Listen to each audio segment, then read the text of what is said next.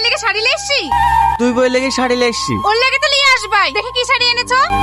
এইটা আমার খুব পছন্দ, আমি এই শাড়িটাই নেবো। তুই নেবো বললে হবে, এই শাড়িটা আমারও পছন্দ, আমি নেবো। আরে তুমি ঝামেলা করছো কেন? এই দোকানে একটা শাড়ি আছে, এই শাড়িটা নাও না। আমি ঝামেলা করছি? এই শাড়িটা আমার পছন্দ, আমি নেবো। কিনা ওই শাড়িটা ওকে নিতে বলো না। তুই নেবি মানে? এই শাড়িটাকে আমি পছন্দ করেছি, আমি নেবো। ছাড় শাড়ি।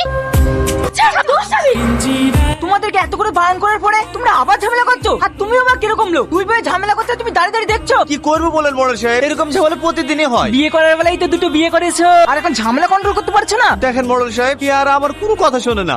আমি যদি কিছু বলতে যাই তাহলে আমার সঙ্গে খুব খারাপ ব্যবহার করে। দেখো আমি সাফ সাফ বলছি, তোমাদের জন্য যে গ্রামের লোকের অসুবিধা হোক সেটা আমি চাইনি। তুমি যখন দুটো বিয়ে করেছো, ঝামেলা কন্ট্রোল করতে পারছো না, তাহলে একটা বউকে বাড়িতে রাখো আর একটা বউকে অন্য জায়গায় জমি কিনে ঘর করে দাও, তাহলে তো সব সমস্যার সমাধান হয়ে যায়। সে নয় তো বুঝলাম, কিন্তু জমি কিনে ঘর করা সে তো অনেক টাকার ব্যাপার। অত টাকা পাবো কোথায়? সেটা তোমার দুটো বিয়ে করার আগে ভাবতে হতো। তোমাকে 1 মাস টাইম দেওয়া হলো, এর মধ্যে যদি এই সমস্যার সমাধান না হয় তাহলে তোমাদের সবাইকে এই গ্রাম থেকে টানতে টানতে বের করে দেবো। ঠিক আছে মোড়ল সাহেব, আমি যা করি হোক ওকে বাড়ি করে দেবো।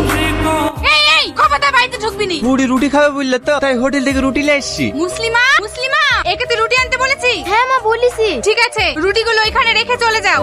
শুধু সবজি এনেছো, মাংস আনতে পারোনি? খাবার তো রুটি। রুটি দিয়ে কেনে? চুটি দিয়ে মুখে মার। আজ 1 সপ্তাহ হয়ে গেল 2000 টাকা চাইছি, এখনো টাকা দেওয়ার নাম নাই। বিশ্বাস করো, আমার কাছে 1 টাকাও নাই। মেয়েতে এই রুটিটা খেতে চলে তো আমি হোটেল থেকে ধার করে নিয়ে আসলো। তুমি যে মেয়ে মেয়ে করছো, মেয়ের জন্য 2 পিস মাংস নিয়ে আসলে কি তোমার সয় সম্পত্তি সব শেষ হয়ে যেত?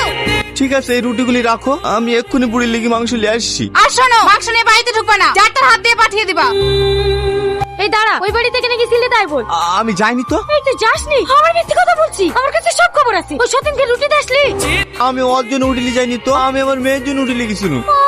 ও তোমার মেয়ে আর আমি তোমার মেয়ে না। আমাকে এক্ষুনি রুটি এনে দাও, আমি রুটি খাবো। বিশ্বাস কর মা, আমার কাছে 1 টাকাও নাই। ওই বুড়ির লেগে আমি ধারে রুটি লিখেছিল। তো আমি কি করব? ওর জন্য নিয়ে আসতে পারছো, আমাকে এনে দাও। অনেক রাত হয়ে গেছে, দোকান পাশে সব বন্ধ হয়ে গেছে, কাল এসে দিলে হবে না? ওসব কিছু জানেনি, দোকান যখন বন্ধ হয়ে গেছে আজ তুমি আমাদেরকে রুটি বানিয়ে খাও।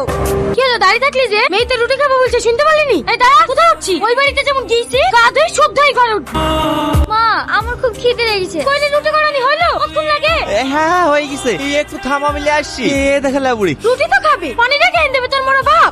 আমি লিয়ে আসছি। সালমা, পাশে কোনো খাবার নাই? আমার খুব খিদে লেগেছে। কেনে? সতীনের কাছে গিয়েছি, সতীন তোকে খেতে দেয়নি? খেতে দিলে কি তোমার সাথে চাতুক?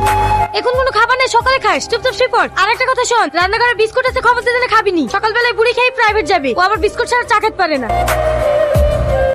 ড্যাং ড্যাং করে চলে আসছে, টাকার প্রতি কি লোভ দেখো। ওরে বাবারে, আমার একই লোভ আছে, আর ওর লোভ নাই। তার বেলা তো ভোরবেলা থেকে এসে দাঁড়িয়েছো।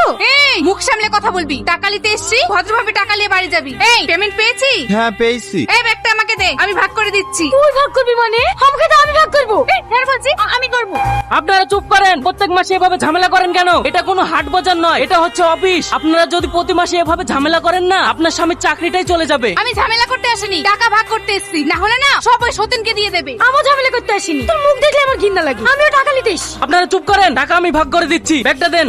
এই মাসে আপনাদের স্বামী 40,000 টাকা বেতন পেয়েছে, আপনি নেন 20,000, আপনি নেন 20,000। আর এই মাসে আপনার স্বামীর অফিসের যাতায়াতের খরচ দুজনে 3,000 করে টাকা দেন। আমি পাগল নাকি? এই টাকা থেকে আমি 1 টাকা ফালতু খরচ করতে পারবো না। আমি ফ্রিজ অর্ডার দিয়েছি। তাহলে আপনি দেন। ও বাবা, ও দিল না আর আমি দেবো? আমি এসে কিনবো। এই চবড়ি, দেখলেন স্যার, আমাকে কোনোভাবেই ভালোবাসে না, ভালোবাসে আমার টাকা খেয়ে। আমি সবই বুঝি টনি। এই নাও 2,000 টাকা, পরের মাসে পেমেন্ট থেকে কেটে নেবো।